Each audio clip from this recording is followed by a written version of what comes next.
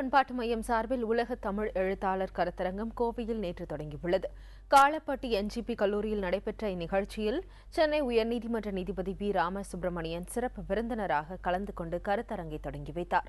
அப்போது பேசிய அவர், தமிழர்கள் கண்டுபிடிக்கும் தொழில்நுட்பத்திற்கு தமிழில் பெயர் வைக்கும் பழக்கத்தை கடைபிடித்தால் உலகத்தின் பார்வை தமிழ் மொழி மீது திரும்ப வாய்ப்புள்ளது என்றார். நிகழ்ச்சியின் ஒரு பகுதியாக தாயகம் கடந்த தமிழ் என்ற கட்டுரை நூல் வெளியிடப்பட்டது.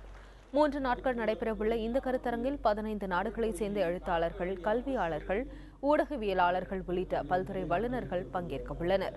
கருத்தரங்கில் உரையாற்றிய விழா அமைப்பாளரும் ஊடகவியலாளருமான மாலன், அகதியாக இருந்தாலும் அரசனாக இருந்தாலும் கடல் கடந்த தமிழன் தமிழை வளர்த்ததாக குறிப்பிட்டார்.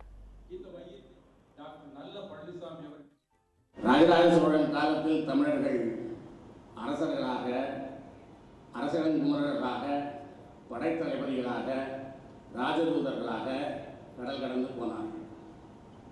பிரிட்டிஷ்காரர்கள் காலத்தில் ஒத்தடிமை கூலிகளாக கடல் கடந்து போனார்கள். அதற்கு பிறகு அவர்கள் படித்த எழுத்து கூலிகளாக, கணினி கூலிகளாக, மருத்துவ கூலிகளாக கடல் கடந்து போனார்கள். அதற்கு இடையிலே அவர்கள் அகதிகளாகவும் கடல் கடந்து போனார்கள். இத்தனைக்கு நடுவிலேயும், இத்தனை சுமைகளுக்கு நடுவிலேயும், இத்தனை நெருக்கடிக்கு நடுவிலேயும் அவர்கள் தமிழை தங்களோடு எடுத்துச் சென்றார்கள்.